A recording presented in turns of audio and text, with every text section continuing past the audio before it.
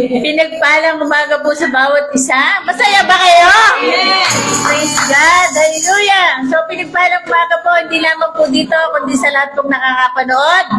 Sa mga kapatid ko na nakakapanood ngayon, sa mga anak ko, at sa lahat ng mga kaibigan natin na sa PLGC, pinagpalang umaga po. Ngayong umaga po, magsisimula po tayo ng gawain at simulan po natin to sa pamamagitan po ng isang panalangin may pasasalamat. So tayo po'y tumikit, tayo po'y manalangin. Glory to God. Hallelujah. Lord, salamat po ng maraming sa araw na ito. Salamat po sa mga kaluluwang dalala mo rito. Salamat po sa mga kaluluwang napapanood. At doon po sa lahat ng mga kasamahan namin na wala dito sa church, nasa bakasyon man sila o nasan man po sila, Lord, tinataas po silang lahat dahil alam ko po, Panginoon, na kami pong lahat ay nagkakaisa sa Espiritu at katotohanan. Wala man po sila dito, Panginoon, na ang mga puso ay nakatuon lamang sa iyo dahil ngayon po ay araw ng linggo, ito po ay araw ng pasasalamat at araw ng pagpupuri sa iyong pangalan. Kaya Lord, salamat po sa kapayapaan, salamat po sa kalusugan, salamat po sa provision, at lalo na po sa proteksyon na ipinagkakaloob mo, hindi lamang po dito sa amin, kundi kasama po ng aming mga pamilya saan man po sila lahat naroroon. Kaya sa umagang ito, salamat po ng marami at dalangin po namin, Panginoon, lahat ng mapapakinggan natin ngayong umaga, hindi lamang po natin ito mapakinggan, kundi ito po ay makita sa ating mga buhay. Amen. At alam ko po na ito po ay magbibigay ng inspirasyon, mag-i-encourage sa atin. At ano man ang ating kalagayan, may sakit man tayo, may problema, may kabigatan, ang salita po ng Diyos ang magpapalakas sa inyo dahil ang salita po ng Diyos ay ang Diyos na ating pinaglilingkuran. Kaya salamat po ng marami at sa umagang ito, pinupuri ka po namin, pinasasalamatan sa lahat ng gagawin mo dahil alam ko pong may gagawin kang kakaiba sa buhay ng bawat isa na naniniwala at nananampalataya sa iyo. Panginoon, salamat po ng marami. Ito po ang aming panalangin sa oras na ito. Sa pangalan ng Ama, ng Anak at Espiritu Santo, sa pangalan ng aming Panginoong Jesus. Amen. Glory to God. Hallelujah. So tayo po ay magpupuri at magpapasalamat sa Panginoon. Okay. Okay. God is good. Amen. God is good all the time. God is good. Welcome natin, brothers and sisters. Ang ating mga puso ay Jesus. Amen.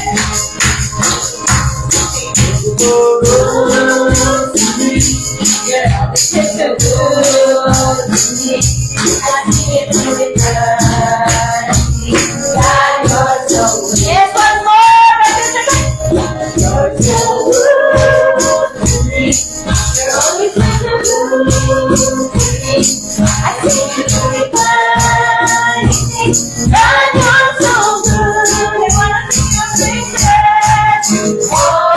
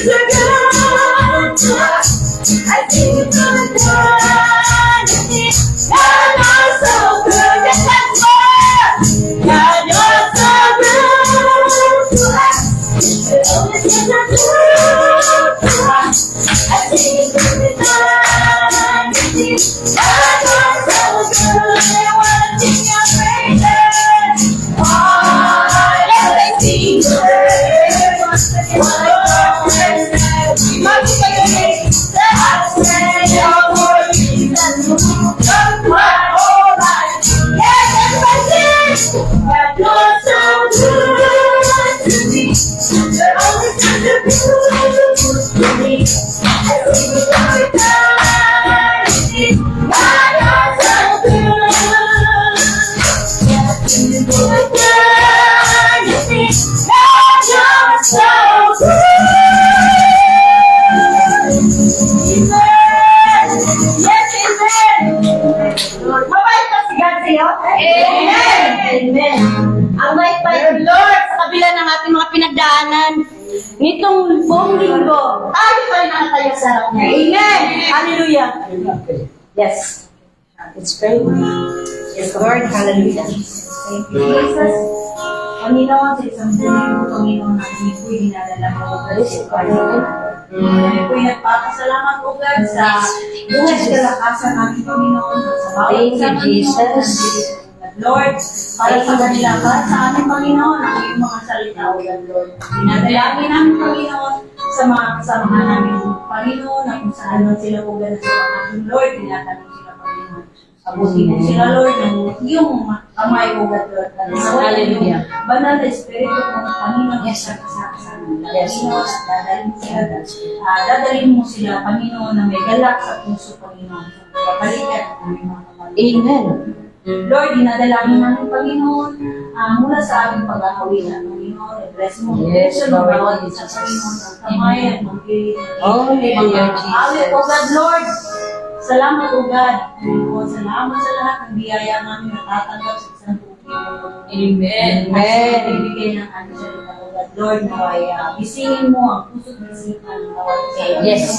Na maibahagi, O God, ng mabuti ang iyong salita, O God, pamumuhay ng bawat isa sa amin. Yes. Lord, para sa amin, yung mga salita ko niyo, para sa wala.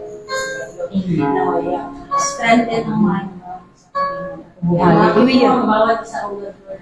Hawin mo, Panginoon, na yung mga salita, O God. Amen. At ito po, aming samang sa salita ng Amen. Amen. Amen. Thank you, Jesus. Once more, let's continue to praise Jesus. We continue to bless Jesus. Only to you.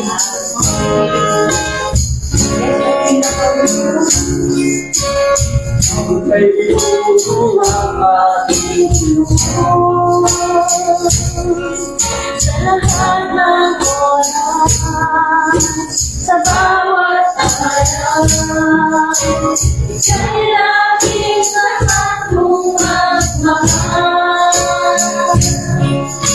Iyong laman na walang hanggan.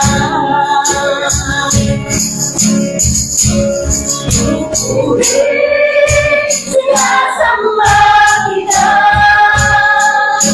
dakilang Diyos at Panginoon.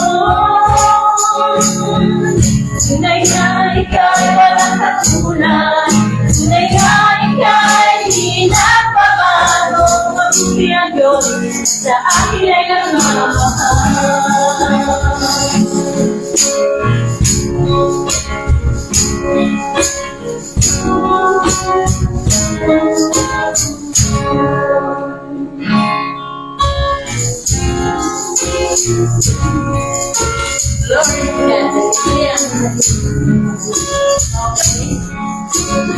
Yes, dakila po. Dakila ang Panginoon. Amen. sa habang panahon. Maging sa kabila ng ating pagkulang, biyaya niya'y patuloy na lahat.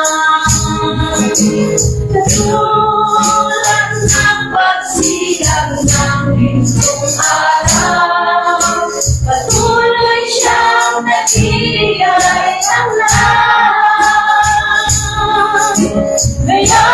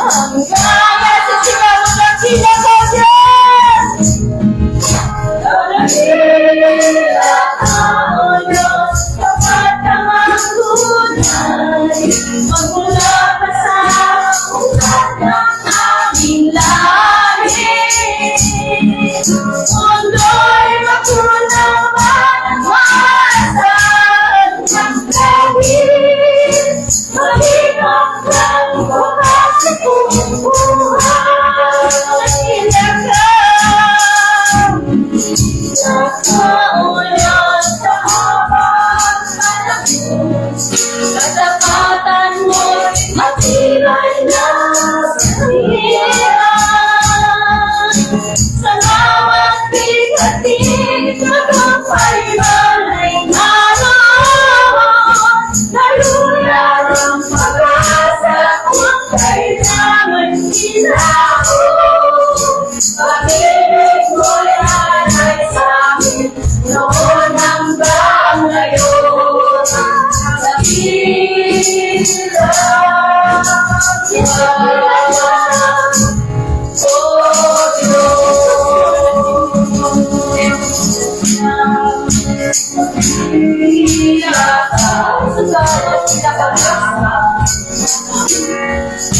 Mula pa sa ulat ng aming langit, mundo'y magunang malakas ng labay at hanggang wakas.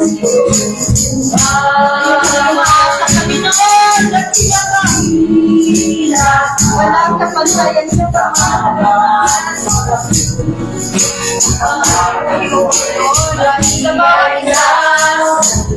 bawat bawat clip sa iyo ay maring naon.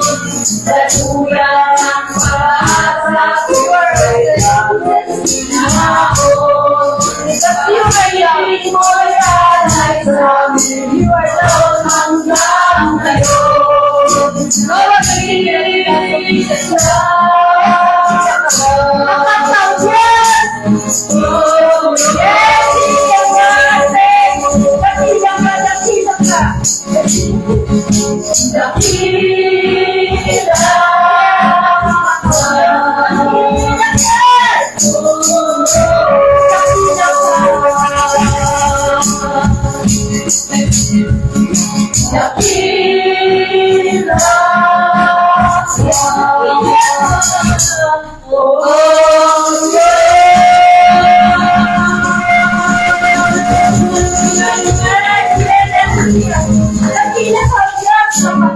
Panginoon, walang kapantay ang iyong pagmamahal ni Jesus. Amen. Amen. The love of Jesus has the power. The only power is Jesus. Amen. Yes, we cling to your love, Jesus. As we continue to praise you, we magnify always your name, Jesus. We glorify only to you, Jesus. We can do nothing, Jesus, but with you alone. Just because of you, Jesus, we are here. Just because of you. Amen. Lord, I come to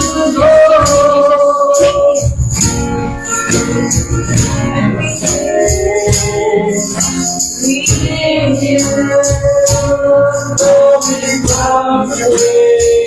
thank you, Jesus.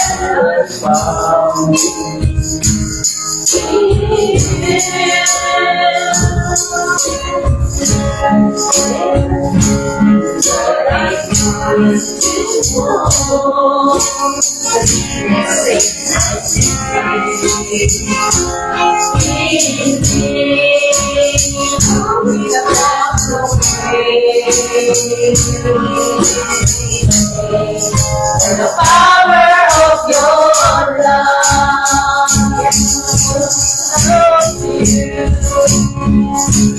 hold me close, let your love surround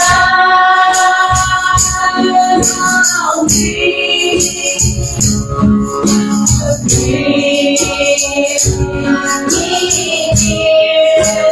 From your side.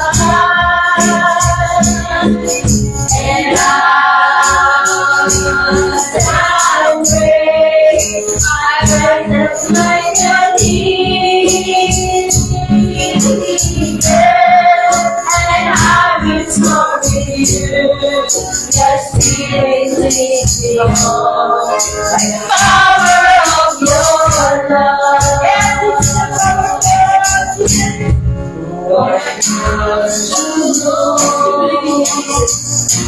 love.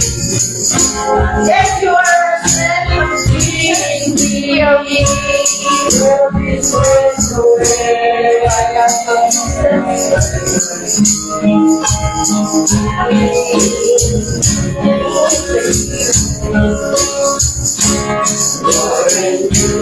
my life has nowhere to go. In my life, living here today. Yes, I'm the power of your love. Yes, the power of your love.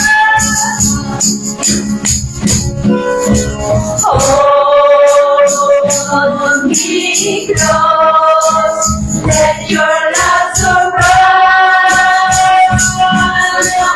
me. Bring me near. Draw me to your side.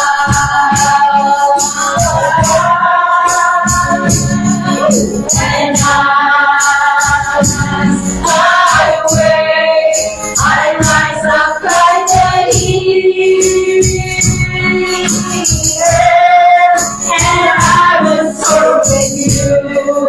Your spirit is Lord, by the power of your love. Yes, oh, let all Jesus, let your love surround me.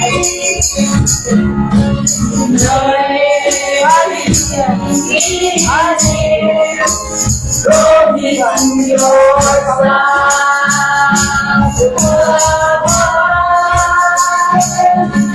And I wait, I rise up by the eagle, and I will soar with you. Your spirit is Lord, by the power of your love. And I will soar with you. Your spirit is Lord, the power of your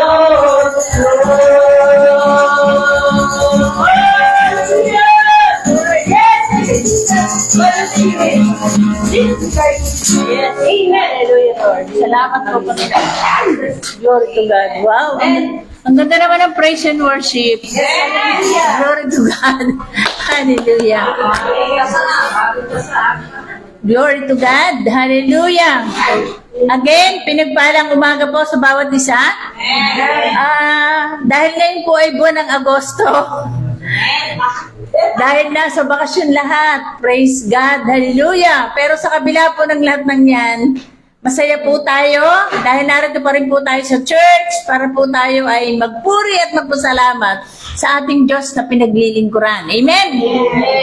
So, ngayon po ay nasa 17 na tayo. August 17. Wow. Ang bilis, di ba? Next week, 24. And the susunod is 31. So, ang bilis pong matapos. And then, magsisimula po ng September. And then, magpapasko na. Hello? Kaya po, praise God. Huwag kayong malungkot. Ano man ang problema natin? Amen. Makakaraos din. Amen. Hindi lang makakaraos. Sabi nga, we will overcome with flying colors. Yes. Sabihin mo nga sa katabi mo, you are blessed. You are blessed. Kaya, salamat sa Panginoon dahil sa gitna ng lahat nating dinadaanan, sabi ko nga, hindi po, lahat po tayo meron dinadala sa ating mga balikat, pero sabi nga ng Panginoon, pagpapahingahin niya tayo, di ba? Sabi, magaan ang kanyang pamatok. Kaya nga, ang dala nating pamatok ay magaan Sa kabila ng lahat ng ating mga kabigatan, tayo po ay masaya pa rin dahil tayo ay alam natin magtatagumpay. Amen? Sabi nga, ano man ang mangyari, basta kasama natin ang Panginoon, tayo po ay malakas, tayo po ay nakakangiti, ano man ang ating problema. Glory to God. Salamat po doon sa mga nakasama kong nananalangin dahil my brother is getting well. Kaya sabi ko nga, ang Diyos ang nakakaalam kung ano ang mabuti. So kaya sabi nga, ipagkatiwala lang natin sa Diyos, siya na ang bahala. So nung nakarang linggo, pinag-aralan po natin yung iba-ibang aspeto ng grasya. At doon po sa ating mga pinag-aralan, nagkaroon po tayo ng pinag-aralan natin yung 5 aspeto po. Ang una po is saving grace, strengthening grace, sanctifying grace, sharing grace, and serving grace. So yan po lahat ay meron tayo. Kasi ibinigay po yan ng Panginoon sa atin at nung tayo po ay nakakilala sa Panginoon, hindi lamang niya tayo iniligtas, kundi ibinigay niya ang Espiritu sa atin para kasama natin sa araw-araw na siya nagbibigay ng kalakasan. Kaya kahit ano man ang mangyari, tayo po ay nakakangiti pa rin at tayo po ay malakas. Glory to God. Kasi nung araw po ang buhay natin, di ba, hirap tayo. Pero ngayon, masaya tayo sa kabila ng mga hirap. Nakakaraos pa rin tayo. Sabi nga, we are victorious. Natutuwa nga ako tinatanong ko yung pamangkin ko, kumusta yung iyong bank account? Siyempre nasa ospital, sabi niya, Kaka, maganda po ang kalagayan. So praise God. Kaya po ako natutuwa at masaya ako. Halos yung mga pamangkin ko na mga may trabaho, nagpadala ng GCash. Kaya maganda po ngayon may GCash, di ba? Kaya sana nga matanggal na dahil ginagamit sa online gambling. Napanood ko po yun. Yung napanood ko po yung po sa Senado, pinatatanggal ng, kasi marami po kasing 24 hours, ngayon wala na. Oo, hanggang 48 hours ka po. So, dapat naman tanggalin na nga dahil marami nagsasakripisyo yung mga Pilipino, hindi lamang siguro sa Pilipino. Marami nga daw nag-suicide ng mga kabataan dahil sa online gambling. Kaya, magpasalamat tayo at tatanggalin na. At saka ngayon, magandang Senado kasi merong isang magaling sa batas na talagang iniisa-isa niya. Kaya praise God. Hallelujah. So ngayon, sabi nga ni Alan Peter Cayetano, may kakampi na siya. Di ba? Praise God. So, let us go back. Sabi ko nga, sa binanggit ko kanina, different aspect of grace, nasa part 2 po tayo. Sabi po sa 1 Peter 4:10, sabi po ng New King James Version, as each one has received a gift.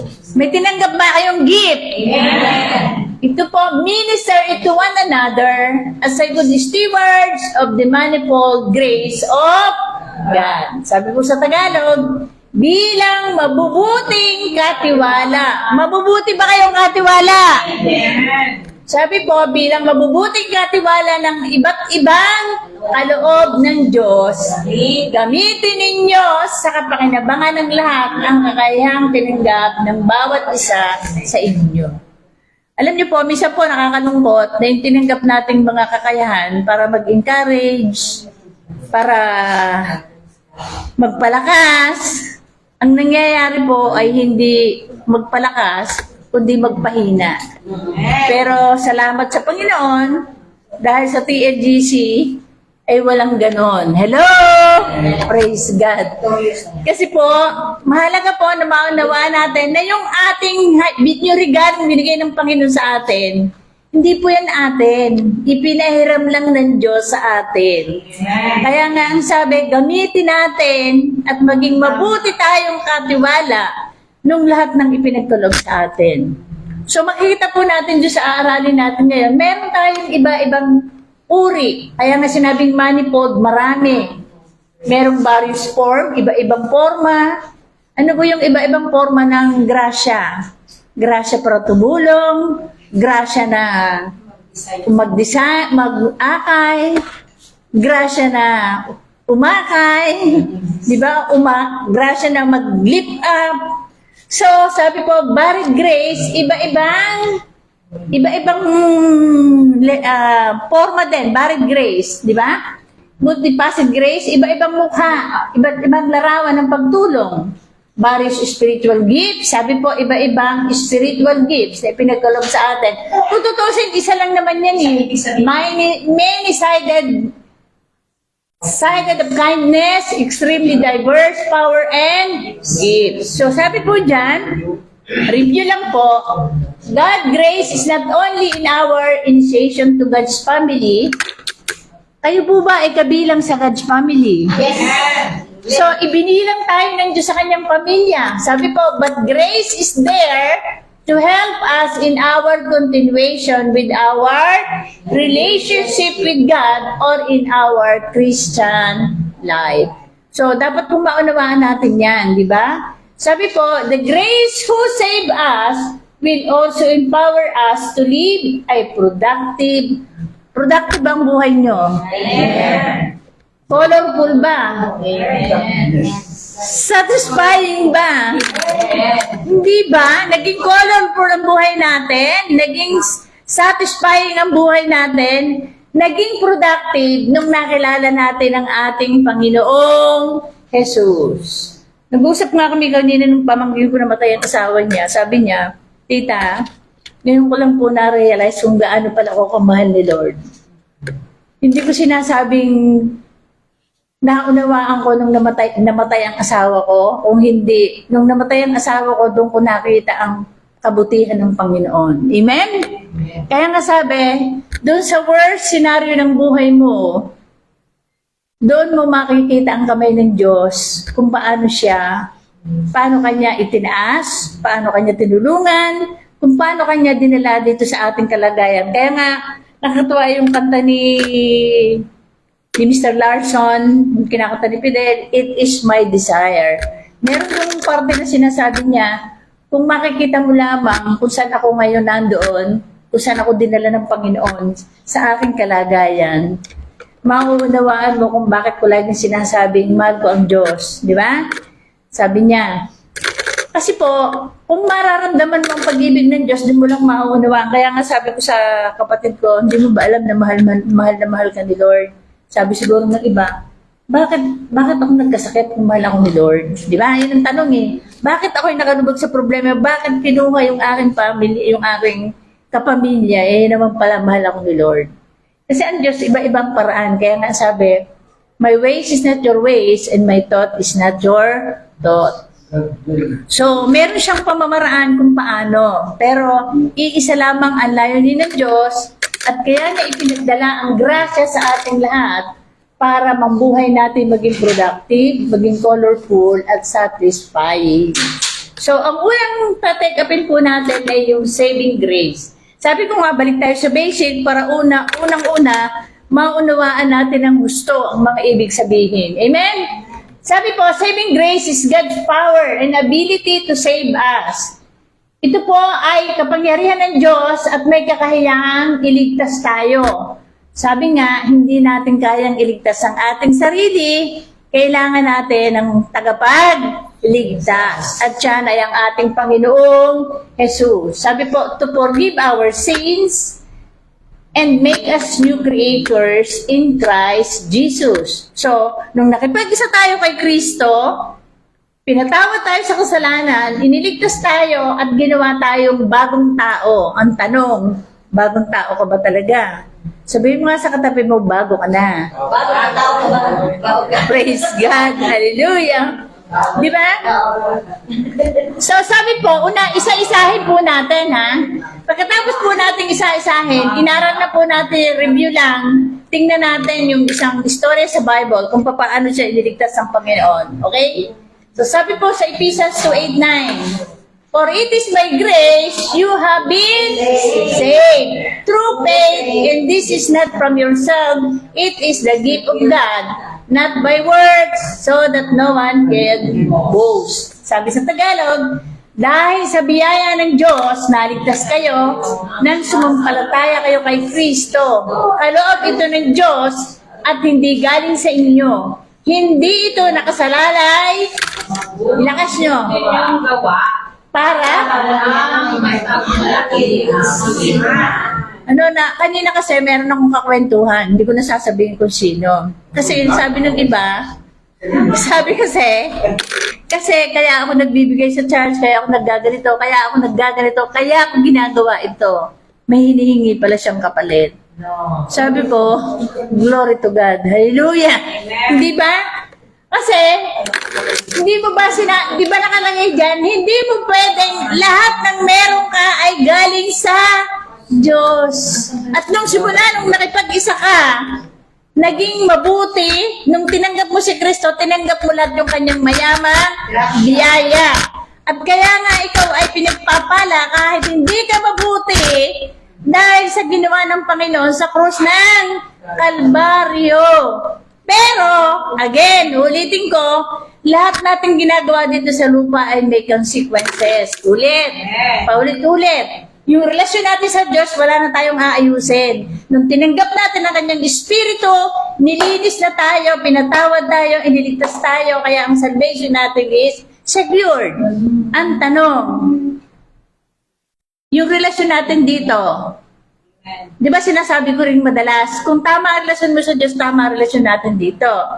For every sins you are going to commit in this world, you will be responsible for the consequences of what you have done to your brothers and sisters. Pero kay Lord, wala. Kasi yung espiritu mo malinis na. Perfect. Kasama na ni Kristo. Di ba sabi?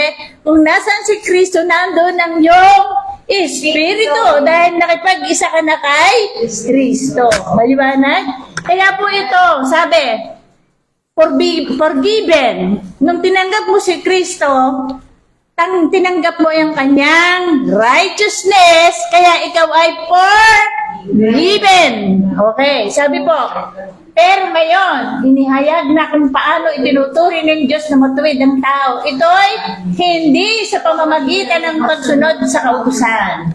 Ang kautusan na mismo at ang mga propeta nagpatotoo rito, ang tao'y isinuturing ng Diyos na matuwid sa pamamagitan ng Pananampalataya kay Jesucristo. Okay. At walang Pinapaboran ng Diyos. Kaya ang sino mang sumampalataya sa kay Jesucristo, tuloy niya ang tuloy. Okay, stop. Maliwanag ang sinasabi ng Biblia, di ba? So ngayon, pag kayo naglilingkod sa church, kanino kayo naglilingkod? Sa Diyos. Di ba kay Lord? Amen. So wala tayong karapatang husgahan ang kahit sino. Kung saan siya masaya, go. Gawin mo. Pero, eto tandaan nyo, lahat ng ginagawa natin, merong consequences. Kung tama ay tama, kung mali ay mali. Kahit kailan ang tama ay hindi pwedeng maging mali at ang mali ay hindi pwedeng maging tama. Kaya may consequences lahat ng ginagawa natin. Amen?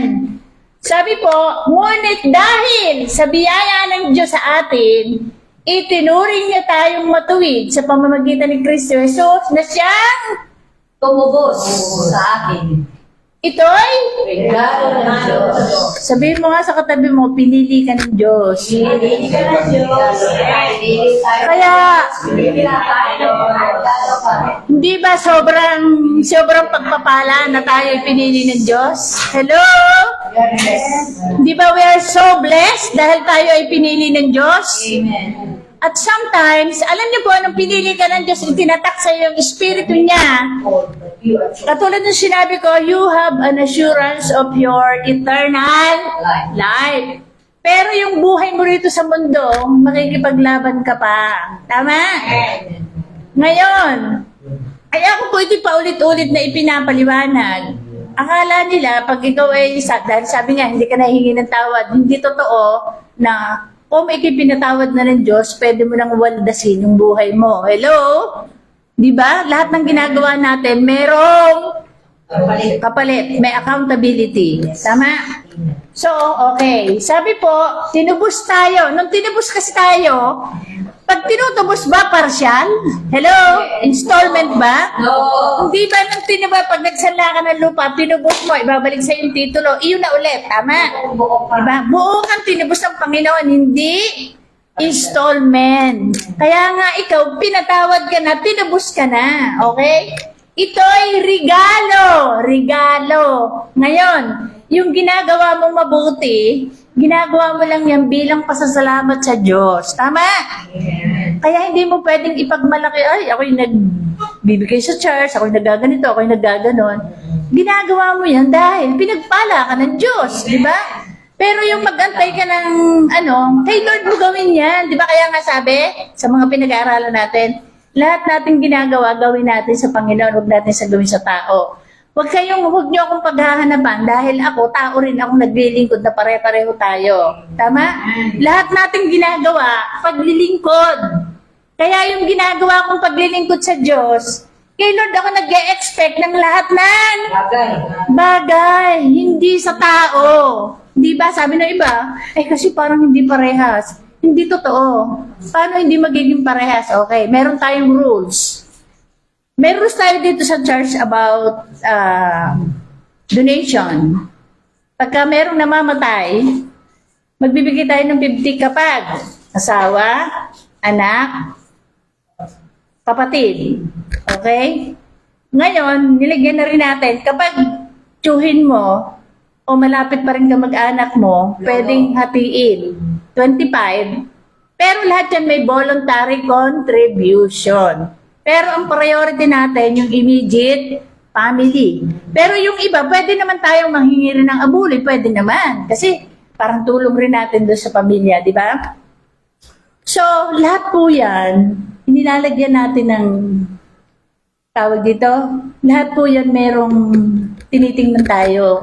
Wala po tayong pinapaboran. Sabi nga dyan sa binasa natin, ang Diyos ay walang pinapaboran. So, tinitingnan natin kung ano yung pangangailangan. Nandun ba sa immediate? Nandun ba sa second priority? Nasa third priority ba? Dapat ganon. Kasi hindi pwedeng, dahil ikaw ay malapit kay pastora, mauna ka. Hindi totoo yun. Hindi pwedeng ganon. Di ba? Di ba? Bravo. So, sinasabi ko pa lamang po ito, wala naman pong ganyan, kaya lang, para maiwasan natin yung mga ganyan, di ba? Pinapaliwanag po lang natin yan para maiwasan at maliwanagan ng bawat isa na hindi nakakaunawa kung bakit, di ba? So, kasi para po maliwanag ang lahat, okay? So, naunawaan niyo na po kung anong ginagawa natin. Kung pwede nga lang lahat kayo, alam naman natin yan di ba? Eh, na naman tayong Ang dami man mamatay ito. 5 yung namatay sa atin, paano natin, di ba? Eh kung tayo nga lang isobra-sobra, magbabayad pa tayo ng church, di ba? Praise God. Hallelujah. Pero glory to God, ang Diyos ay mabait, hindi tayo pinababayaan. Amen? So praise God. Okay, sabi po, yung una, niligtas na tayo, pinatawad na tayo, binago pa tayo. Binago, as in, new creatures. Ang tanong, totoo bang new creatures ka? Amen. Oh, lakas naman ang amen ni Ate Dina. Praise God. Hallelujah. Okay. So sabi po sa 2 Corinthians 5:17, ang sino mang nakay Kristo isang bagong nilalang. Wala nang dati niyang pagkatao, binago na siya. Oh, okay. Sabi natin, binago na tayo. Uulitin ko ha, espiritu, kaluluwa, katawan. Yung espiritu natin, Okay na. bago na, binago na ni Kristo. Yung ating body at yung ating pakiramdam, hindi pa yan binago. So, kapag nasusunod yung pakiramdam mo, nasunod ang katawan mo. Tama? Kaya dapat, ang mauna ay ang espiritu ang malagay sa ibabaw para sumunod itong dalawang ito. Kaya nga sabi, kapag ikaw ay isang Kristiyano na dapat namumuhay ka sa Espiritu. Di ba pinag-aralan natin yung mind of Christ, mind of the world. Dapat namumuhay tayo sa kaisipan ni Kristo, hindi na sa kaisipan ng mundo. Eh kung tayo ay nagbibibilang at nag-ano, nasan tayo? Nasa kaisipan tayo ng mundo. Di ba? So kaya nga, ang sabi rito, bago na. Sabi doon sa Ephesians 4:23-24, paano tayo nababago? Ito po. Instead, let the Spirit renew your thoughts and attitudes. Put on your new nature, created to be like God, truly righteous and holy. Nung nilalang tayo ng Diyos, ginawa naman niya talaga tayong holy and righteous. Kaya lang, nung dumating si Adam, nagkasala. Pero nung dumating si Kristo, binago na ulit tayo. Amen? Sabi po sa Tagalog, baguhin ninyo na ang inyong Pag-isip at ugali. ipakita Binago na kayo ng Diyos. Bigyan ng buhay na puwit at banal. katulad ng sa Diyos. Wow! Amen. Maganda ba? Amen. Katulad na ba ng Diyos ang inyong pag-uugali? Hello! Di ba ang ganda? So, praise God. Hallelujah. So, sabi po, new creatures. Tingnan natin kung paano binago. Sige po, pakitaas, Kuya, Ate Dory. Kaya nga sabi ng Panginoon, nakikita niya ang lagay ng mundo. Kaya nga sabi niya, lumapit kayo sa akin, kayong lahat na nahihirapan at nabibigatan sa inyong pasanin. At bibigyan ko kayo ng sundin ninyo ang aking mga utos.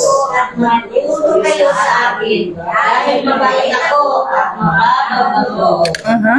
Makakapagpahinga kayo dahil madaling sundin ang aking mga utos at magaan ang aking mga ipinagagawa.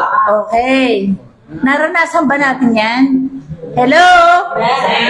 Hindi ba dati? Sabi nga dati, pasa natin ang mundo eh. Di ba? Parang hindi tayo makaugaga. Pero dahil nakasama na natin ang Panginoon, parang gumaan ang lahat ng bagay. Di ba? Nabawasan. Hindi nabawasan, kundi nawala.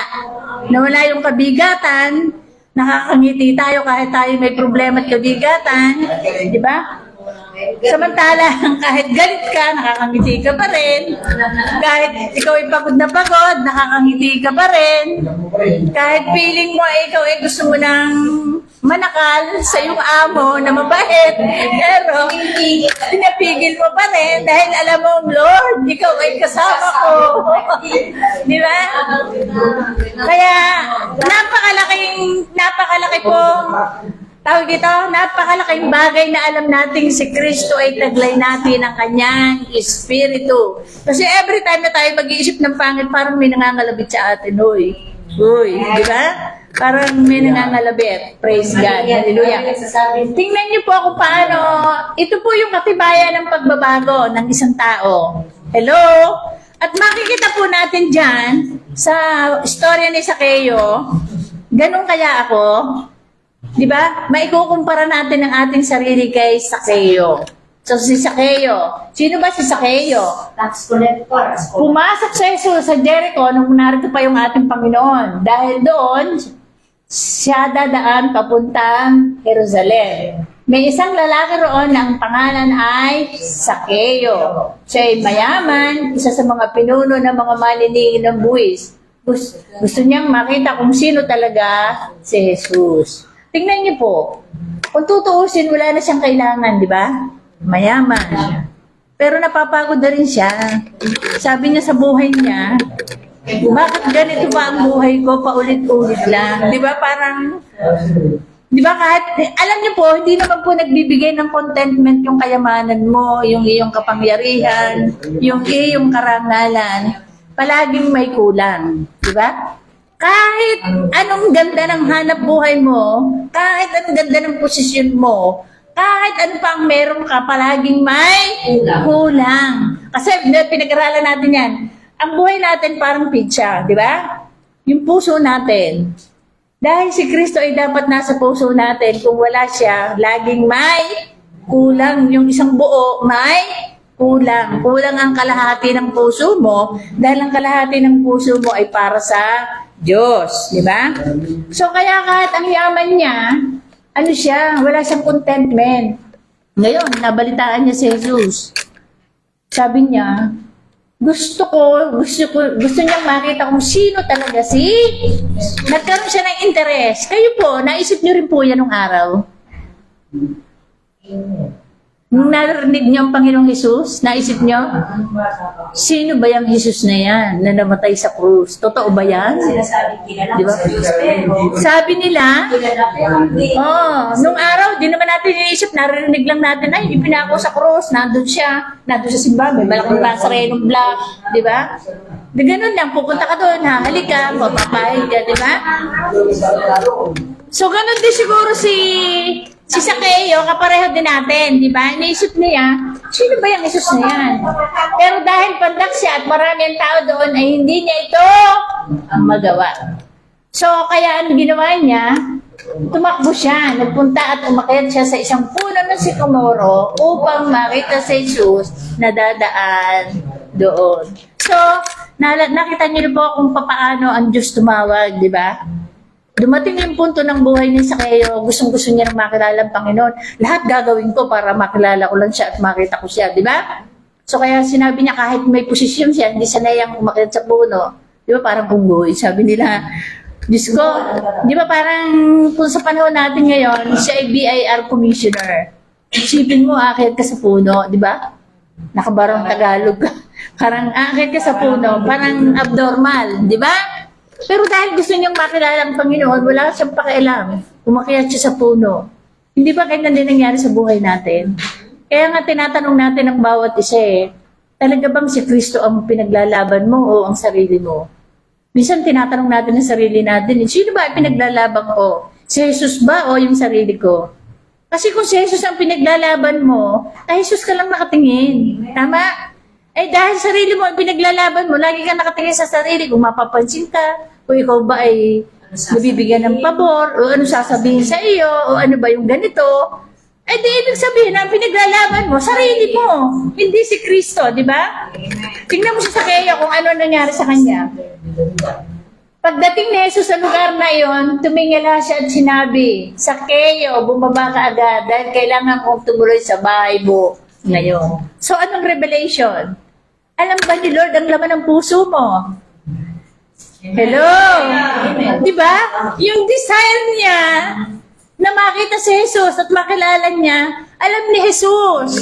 Sabi nga, wala tayong may tatago kahit buhok natin. Kaya ngayon binasa natin, grace has the power and ability. So, sino lang ang may power at may ability iligtas ka, patawarin ka, at baguhin ka? Si Kristo lamang, wala nang iba. O dapat kay Kristo tayo nakatingin at hindi tayo nakatingin sa ibang mga bagay. Amen?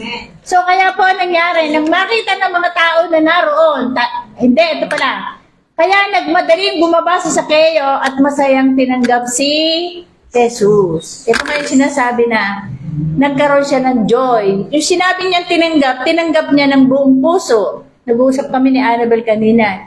Yung total surrender. So, nung narinig niya si Jesus at narinig niya ang pangalan, nung tinawag siya, isinurrender na niya ang buong buhay niya. Di ba? Lalo na sinabi niya, Zaccheo, bumaba ka dyan. So, sobrang natuwa ang puso niya at sobrang binaligtad yung kanyang kalagayan. Tama? Praise God. So, ano po nangyari? Sabi, kaya nagmamadaling bumaba si Zaccheo at masayang tinanggap si Kristo. Ano ngayon ang sabi ng mga nakapaligid? Sige nga. Kita na tao sa grasya, tuloy sa bahay sa bahay, kaya nagulong po ang tuloy siya sa bahay, isang masamang tao. Sa loob ng bahay niya, tumayo sa Zaccheo at sinabi, Panginoon, ibibigay ko po sa mga mahihirap ang kalahati kaya... Okay, doon muna tayo. Sabi doon sa itaas, nang makita ng mga tao na naroon tumuloy sa bahay ni Zaccheo, nagbulong-bulungan sila. Tumuloy sa bahay ng isang masamang tao. Alam niyo po, sa ating panahon ng ganyan, Kapag yung isa ay umaayos at maganda, pinipilit na bulungan. Tama? Masabihin, bubulungan ng kung ano-ano. My God. Sabi ko nga, glory to God. Alam niyo po, katulad ng sinabi ko kanina, kapag si Kristo ang iyong tinitingnan, hindi mo papakinggan yung bawat bulong na sinasabi. Kasi ang mundong ito, crooked. Sabi nga, punong-puno ng kasamaan. Si Satan, 24-hour na nagtatrabaho. May iba-iba isang paraan kung paano. Yung iba, kunyari mabait sa iyo, pero meron silang hidden agenda. Di ba? Maraming ganyan tao hanggang ngayon. Kaya nga tayo, pinag-iingat tayo. Di ba? Pero ang mga Kristiyano at ang may Kristo sa puso, hindi na tinatalaban ng ganyan dahil pipiliin niya lagi ang tama kaysa mali. Tama? So sabi po, tumuloy siya sa bahay ng isang masamang tao. Sa loob ng bahay niya, tumayo si Zacchaeus at sinabi, Panginoon, ibibigay ko po sa mga mahihirap ang kalahati ng kayamanan ko. At kung may nadaya akong sino man, babayaran ko ng 4 na beses ang kinuha ko kanya. Naniniwala ba yung mga tao? Hindi. Di ba? Isip nila, hindi. Kasi sila, hindi nila kayang gawin yon. Pero sino lamang ang pwedeng gumawa niyan? Yung mga taong binago ni Kristo. So makikita mo yung totoong pagbabago, makikita sa buhay. Kaya ipinamuhay ni Zacchaeus Biruin mo, ang yaman niya, sobrang yaman niya, di ba sabi niya? Ibibigay ko po sa mga mahihirap ang kalahati ng kayamanan ko. Sobrang yaman niya, di ba? At kung may nadaya kung sino man, babayaran ko ng 4 na beses ang kinuha ko sa kanya. Grabe, di ba? O, gagawin mo ba yan kung wala kang Kristo sa puso? Yan ang totoong pagbabago na gagawin niya kahit anong mangyari, basta maiplis lamang niya si God. Di ba? So, yun po. So, sinabi sa kanya ni Jesus, dumating na ngayon ang kaligtasan sa sambahayan ito dahil siya ay mula rin sa lahi ni Abraham. Sapagkat ako na anak ng tao ay naparito upang hanapin at iligtas ang naliligaw. Hindi ba? So, yun ang purpose ni Lord. Ang baguhin ang kaisipan, baguhin ang buhay ng isang tao. So, kaya nga po, ipinapaliwanag natin yung maigi, kasi ang pagbabago, ang gumagawa ng Diyos, hindi ang pwedeng isot-sot, hindi pwedeng ipukpok sa madaling salita. Sabihin mo, kahit anak mo, hindi mo pwedeng pukpukin para siya magbago. Gawin mo to, gawin mo to, gawin mo to. Ang mga anak, ang mga magulang, pwede tayong mag-advise. Mga anak, eto yung ano. Ang mahalaga, yung anak mo, dalhin mo sa church para matutunan nila ang salita ng Diyos at ang salita ng Diyos ang magpapatunay sa kanya. Nalabasa ko yung din yung sinulat ni Mariel eh. Nakita niyo. Sino nakakita noon? Yung iniligay ni Mariel lahat ng kanyang tithes. Simula noon hanggang ngayon. Di ba? Yung anak niyang panganay. Sabi niya, yung tithes niya noon ganun kalaki. Nagkaroon siya ng tithes, 360 ang kinikita niya, nagbibigay siya ng 36,000. Sabi niya, huwag niyong tingnan ang ibinibigay ninyo. Ang tingnan niyo kung paano kayo pagpapalain ni Lord. Kasi yung iba, pag lumaki na, hindi na makapagbigay. Di ba? Meron nga daw janitor. Ang sahod ay 5,000. So, bibigay ng 10,000, ng 500. Nung naging 10,000, nagbigay siya ng 1,000. Hanggang sa na-promote siya na na-promote, nung 100,000 ang kanyang sahod, 1,000 na lang. Hindi na siya makapagbigay ng 10,000. Natatakot na hihinayang nga siya. Kaya sabi, bumalik ka na lang sa pagiging janitor para 500 lang ibibigay mo. Di ba? Yun ang kakayahan namin. Di ba? So, ibig sabihin, hindi ka naman hinihinga na hindi mo kaya. Di ba? Kung ibinibigay mo mo yun dahil binigyan ka ng malaking pagpapala. At yung 10%, napakalit lang noon dun sa pagpapala. Kaya nga sabi, pag binibigyan tayo, yung 90% na binibigay sa atin, puprotektahan nun yung 10%. Yung 10% na binibigay mo, yun ang magpoprotect doon sa 90%. Kaya po, hindi nakakaramdam ng kabigatan yung mga faithful di ba? Sabi nga, pag faithful ka sa maliit, magiging faithful ka sa malaki. Ngayon, kung may maliit kang ibinigay sa iyong gawain, maging tapat ka. Huwag mo ipagpapalit yung binibigay sa iyong gawain sa ibang bagay. Dahil sa Diyos, napakahalaga nung pagtugon mo. Kung paano mo ginagampanan yung tungkuling ibinibigay sa iyo. Amen? Kasi kahit anong gawin natin, nakikita ni Lord yan. Sabi niya, wala tayong maitatago. Nakikita niya, nararamdaman niya. So nakita natin sa buhay ni Sakeo. Isa pa, eto pa. Maga pa naman, no? Si Marcos, sa Marcos 10:46, 10:46-52. Sino siya? Siya si Bartimeus. Okay, si Bartimeus. Dumating si Jesus sa Jericho at nang paalis na siya roon kasama ang mga tagasunod niya ay marami pang iba na daanan nila ang isang bulag na nakaupo sa tabi ng daan at namamalimos. Siya ay si Bartimeus, anak ni Timeus. Nang marinig niyang dumaraan si Jesus na taga Nazaret, sumigaw siya, Jesus, anak ni David, maawa po kayo sa akin. So anong ginawa ng mga taong nakapaligid sa kanya? Hello? Pinagsabihan siya. Tama? Di ba ganyan ang mga tao sa paligid natin? Maraming sinasabi. Amen. Pero anong ginawa ni Bartimeus? Yung pakialam ko sa inyo. Hindi naman kayo magpapagaling. Hindi naman kayo magbibigay sa akin. Si Lord ang magpapagaling sa akin. Hindi kayo. Kaya wala akong pakialam sa inyo. Tama? Amen. Kaya kung po binibigay yan, yan po yung totoong pagbabago. Kapag ikaw may Kristo, wala kang pakialam sa kapaligiran mo. Basta gagawin mo lang ang pinagagawa ng Panginoon. Amen? So ano po nangyari? Pero lalo pa niya nilakasan ang pagsigaw. Sabi niya, anak ni David, maawa po kayo sa akin. Tumigil sa... Narinig ba ng Panginoon yung kanyang pagtawag? Hindi ba tumigil siya? Alam niyo po, dyan natin makikita na ang Panginoong Jesus, napakabait, napakayaman sa grasya. Punong-puno siya ng grasya. Kahit sino ka pa, kahit bulag ka, kahit mayaman ka, nakita natin dyan. Basta ang puso mo ay nakatuon sa Panginoon. Kaya walang pinapaboran ng Panginoon eh, di ba? Kaya ang sabi, tingnan mo na sinabi, sabi, tawagin ninyo siya. Nung marinig ni Jesus, tumigil si Jesus at sinabi, tawagin ninyo siya. Kaya tinawag nila si Bartimeus, sinabi, lakasan mo ang loob mo. Di ba? Ngayon, iba na sinasabi nila, di ba? Nung tinawag na ng Panginoon, lakasan mo ang loob mo. Samantalang nung kanina, pinatitigin nila, huwag kang maingay. Di ba? Pero nakita nila, di ba ganyan ang maraming taong ganyan, kunyari, ganito, pero pag nakita ng ano, sakay na sila. Di ba? Kaya sabi niya, Tawag mo ba?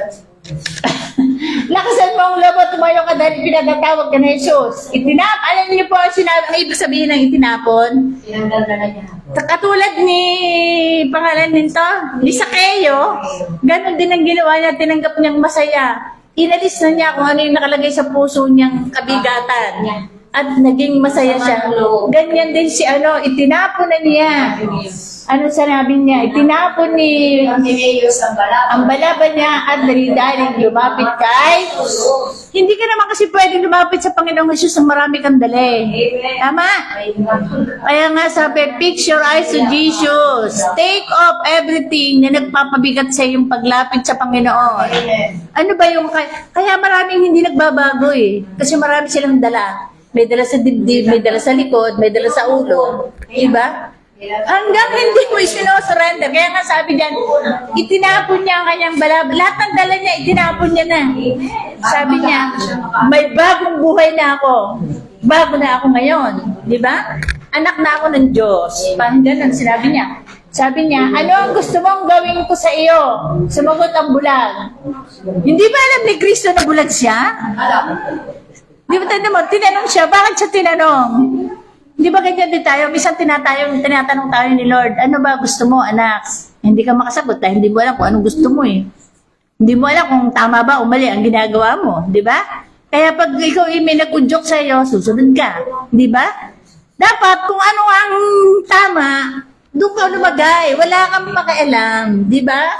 Kaya sinabi, Guro, gusto ko pong makakita. Sinabi niya sa kanya, umuwi ka na. Pinagaling ka ng iyong Pananampalataya. yan po yung pananampalatayang nag-create ng miracles. Yung pananampalatayang totoo at tapat.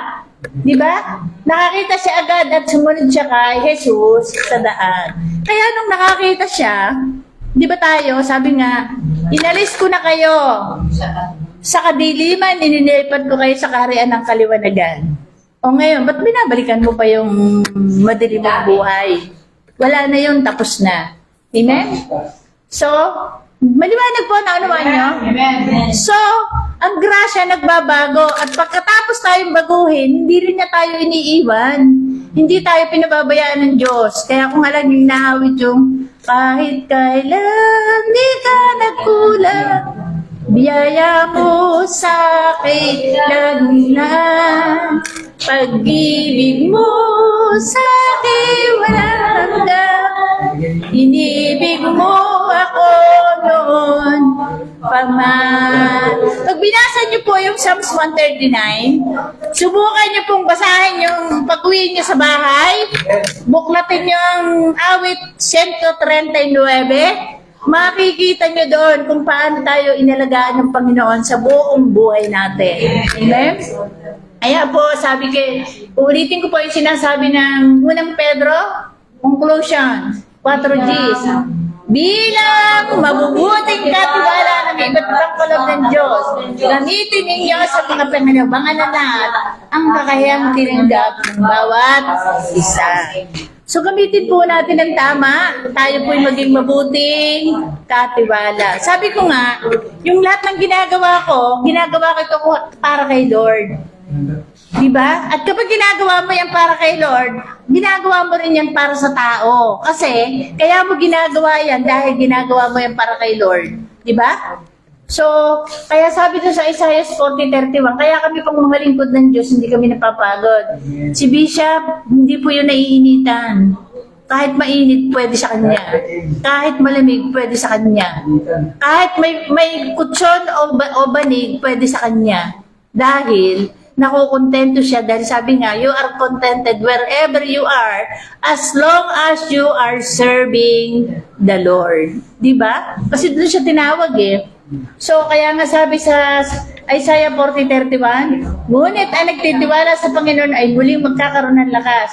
Lilipad sila na gaya ng isang agila, tumakbo man sila ay hindi mapapagod, lumakad man sila ay hindi manghihina. Tama ba yan? Amen. Glory to God. Hallelujah. Ate Annabel, ipatotoo mo nga yung sinasabi mo nung may sakit ang tatay mo. Sige, tayo ka. Ayan yung sinabi kong Isaiah. Ito, Isaiah 40:31. Kasi nung araw na sinugod siya sa ospital, yung una niya sinabi, Ginoo, tabangin ko. Ginoo, tabangin ko. Yun sa sinabi naman yung, Lord, tulungan mo ako. Lord, tulungan mo ako.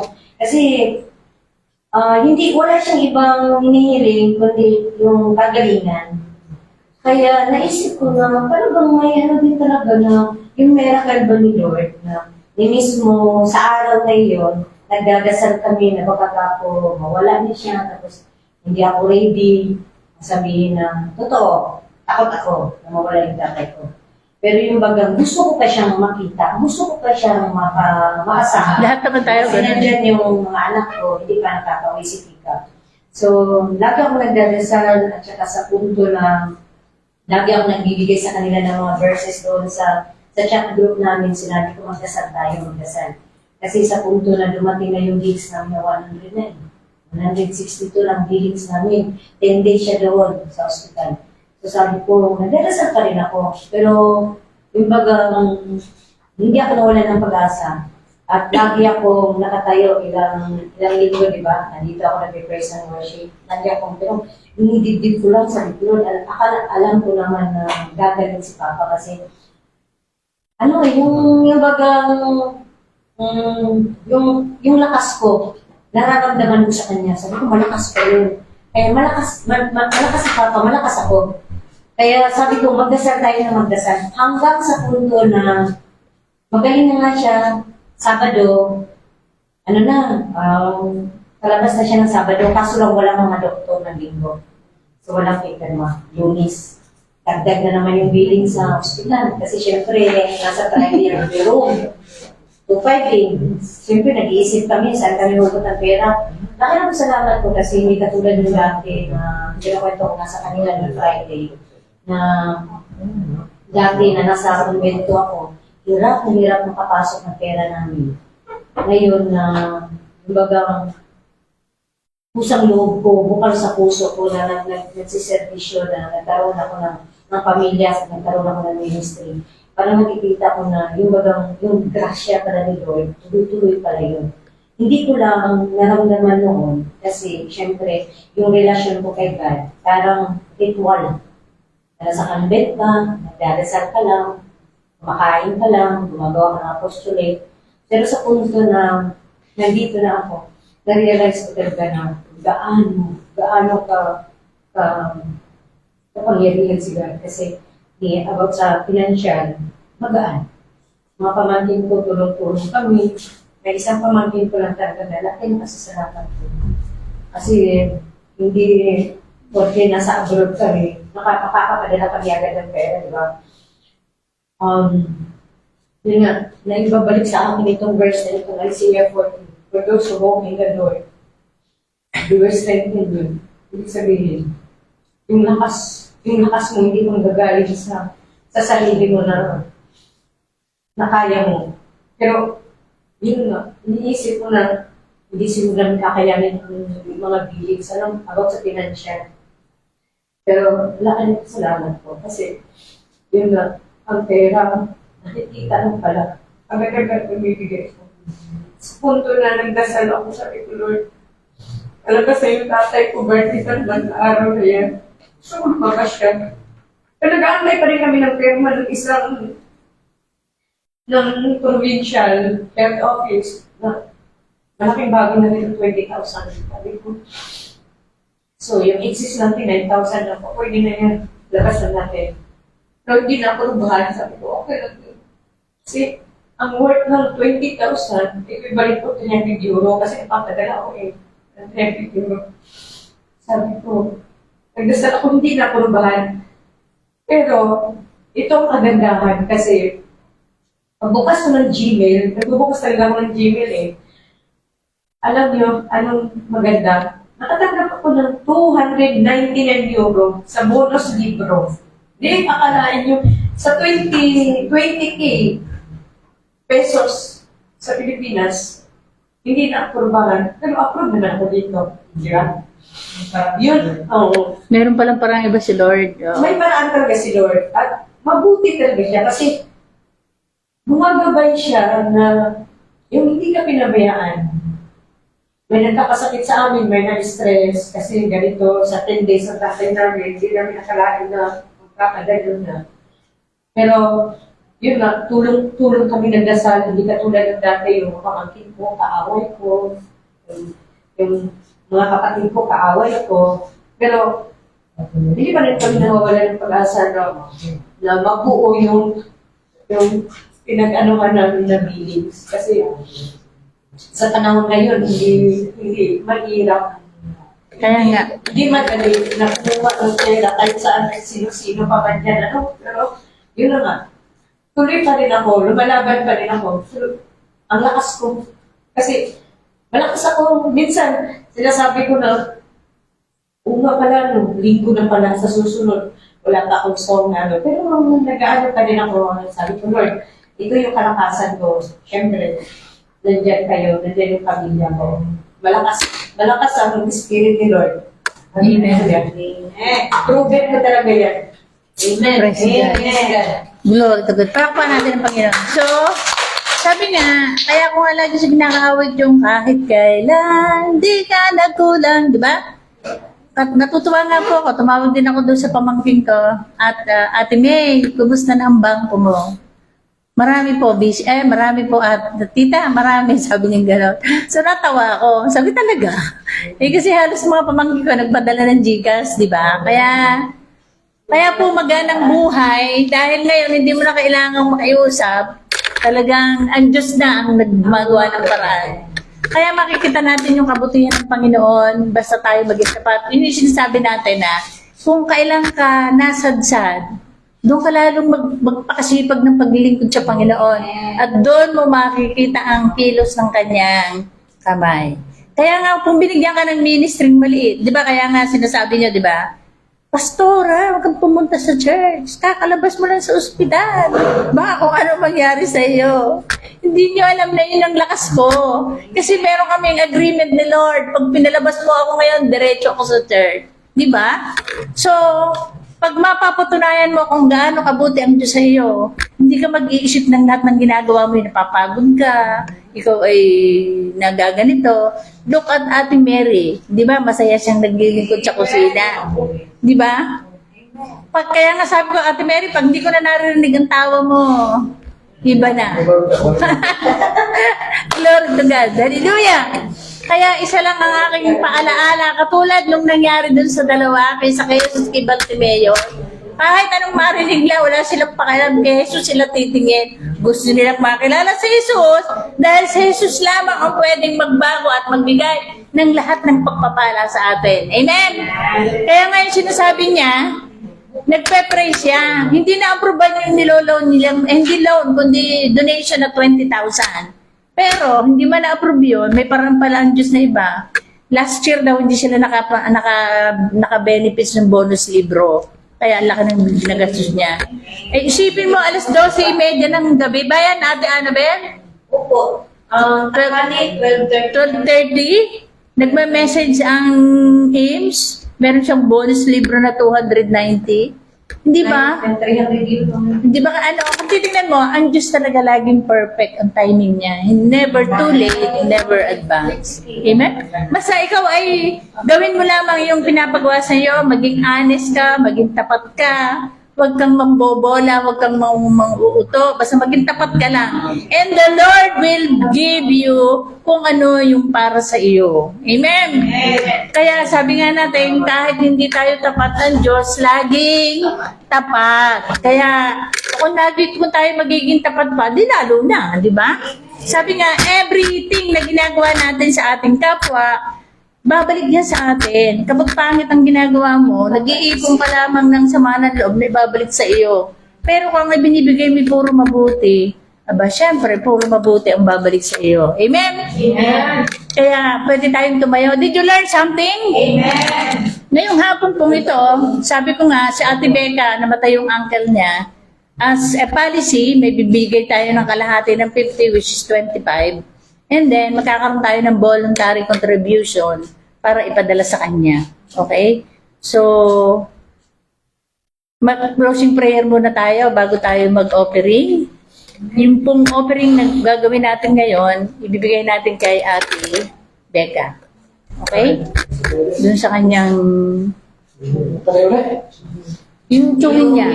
Kasi wala pa siya eh. Hindi pa natin siya nasama. Kasi inuna natin yung nauna. Kasi kung sino yung nauna, yun ang inuna natin. Hindi naman tayo pwedeng sabay-sabay lahat ng 4 yung nakaraan. So, unti-unti natin praise God. Hallelujah. So, pwede po tayong manalangin. Glory to God. Hallelujah. Lord, salamat po ng maraming sa hapong ito. Kuya Alan, okay pa yan? Salamat po ng maraming. Sige, okay. Nagpapasalamat po kami sa hapong ito. Salamat po sa magandang araw. Salamat po sa aming mga pinag-aralan na Panginoon. Tunay nga po na ikaw lamang ang makapagliligtas sa amin. Ikaw lamang ang makapagpapatawad sa amin. Ikaw lamang ang makapagbabago sa amin. At ikaw lamang sa mayaman mong grasya ang makapagpapala sa aming mga buhay. Panginoon, salamat po ng marami. Dahil tunay nga na napakabuti mo sa bawat buhay ng bawat isa, sa kabila po ng aming mga kakulangan, lagi ka pong naandyan, hindi mo po kami iniiwan, hindi mo po kami pinababayaan. Kaya Panginoon, salamat po. At alam ko po, ano man po ang aming mga kabigatan sa hapong ito, ano man po ang aming mga problema, Lord, lagi kaming naniniwala at nananampalataya na kapag ipinagkatiwala namin sa iyo ang lahat ng ito, ikaw ang magbibigay ng solusyon at maghihintay na lamang po kami.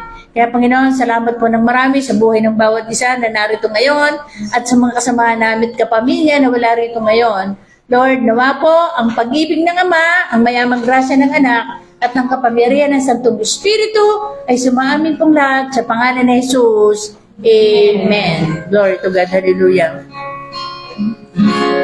I sing praises to your name.